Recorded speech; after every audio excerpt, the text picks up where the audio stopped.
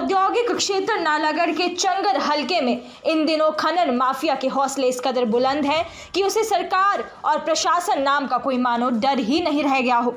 और यह पंजाब से आकर खनन माफिया क्षेत्र में अवैध खनन की घटनाओं को रात के अंधेरे में अंजाम दे रहा है और हिमाचल प्रदेश की कीमती खनन सामग्री को लूटने में लगा हुआ है। इस खनन माफिया को रोकने में स्थानीय प्रशासन व सरकार बिल्कुल ही नाकाम साबित हो रहे हैं, जिसके चलते क्षेत्र ग्रामीणों का कहना है कि कई बार विभाग को शिकायत तो की गई, लेकिन ना तो फॉरेस्ट विभाग की ओर से कोई कार्रवाई की गई है और ना ही स्थानीय प्रशासन और खनन विभाग की ओर से, जिसके चलते इन माफिया के हौसले बुलंद हैं और यह रात के समय में बड़ी बड़ी मशीनें लगाकर अवैध खनन कर रहे हैं और क्षेत्र की बेशकीमती खनन सामग्री को लूटने में लगे हैं।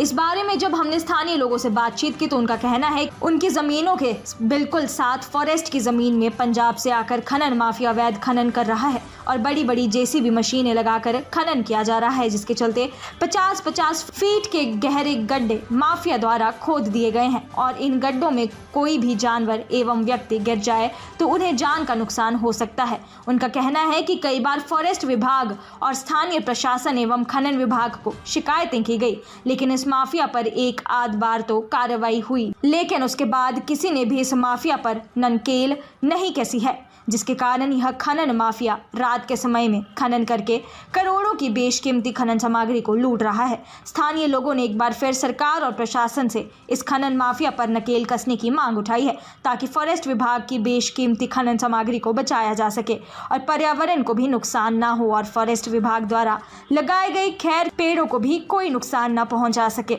आपको बता दें कि ग्रामीणों के मुताबिक पंजेरा के महादेव पुल के पास गांव हटड़ा के साथ गोरीवाला में अवैध रूप से हो रही माइनिंग से करीबन 500 खैर के पेड़ काट दिए गए हैं और अवैध खनन से सरकार को करोड़ों का चूना भी लगाया जा रहा है। मेरा नाम गौरव अवस्थी है।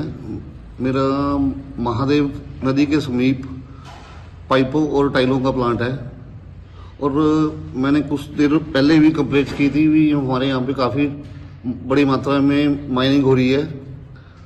माइनिंग के मामले में एक दफ़ा फॉरेस्ट वालों ने भी कार्रवाई की थी, एक बार पुलिस वाले भी आए हैं, पर उसके बाद कोई नहीं आया।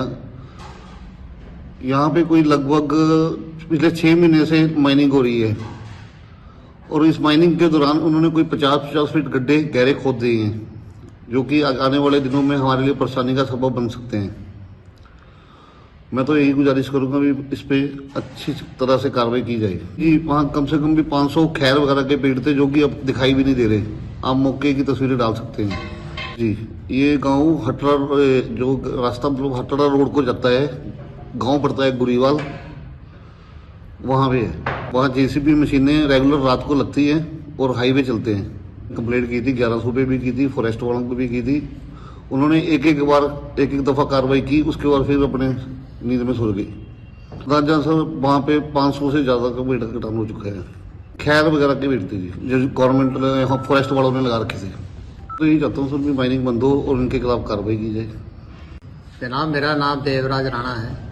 मेरी ज़मीन हटड़ा रोड पर गोरीवाला गांव के पास है।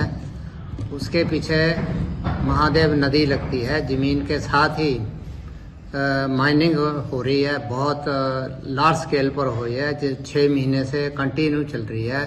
प्रशासन को भी कितनी बार किया है, कंप्लेंट किया है, लेकिन एक आधी बार हुआ, उसका बाकी कोई रिजल्ट नहीं आया है।